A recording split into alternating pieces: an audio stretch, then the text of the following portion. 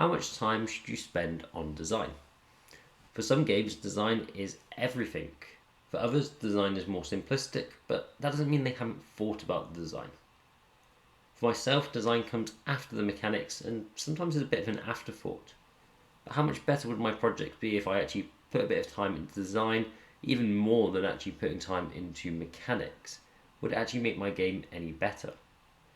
Well, I put a challenge out to my community last week to help them improve my simple gravity game, with the rules of the challenge being that the main mechanics must be intact, but everything else is fair game.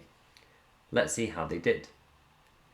Project 1 turns the dull colours and blocks provided into a top-down skating game, completely changing the original platform aesthetic. Jumping pushes the skateboard out into the road and then back again, which I really love because I see skateboarders do it all the time where they want to get past pedestrian, they'll go on the road, but they don't want to remain on the road, so they come back in. If you press down, which normally switches gravity, you instead go to the other side of the road. I really like this concept because not only it makes a lot of sense, but it's just executed really, really well.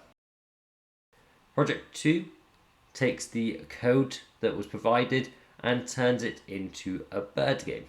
Now when you jump, the bird jumps over the flowers. However, instead of flipping gravity when you press down, the bird actually flies up into the air, which is such a clever way of taking this original concept and putting its own little twist on it.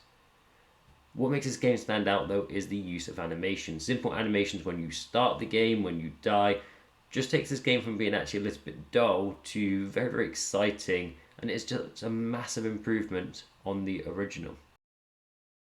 The final project takes the original concept from 1 up to 100. Flipping gravity now switches dimensions and switches the player from being a kid on a bike to a ghost rider.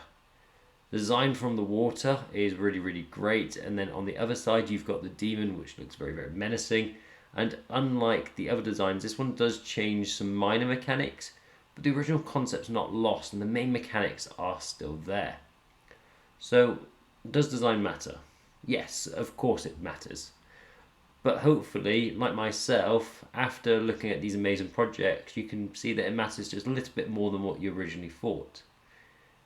Thank you to everybody that took part in this challenge, and if you want to take part in next month's challenge, there'll be a program-based challenge available. Until then, like, subscribe, comment, and I'll see you in the next one.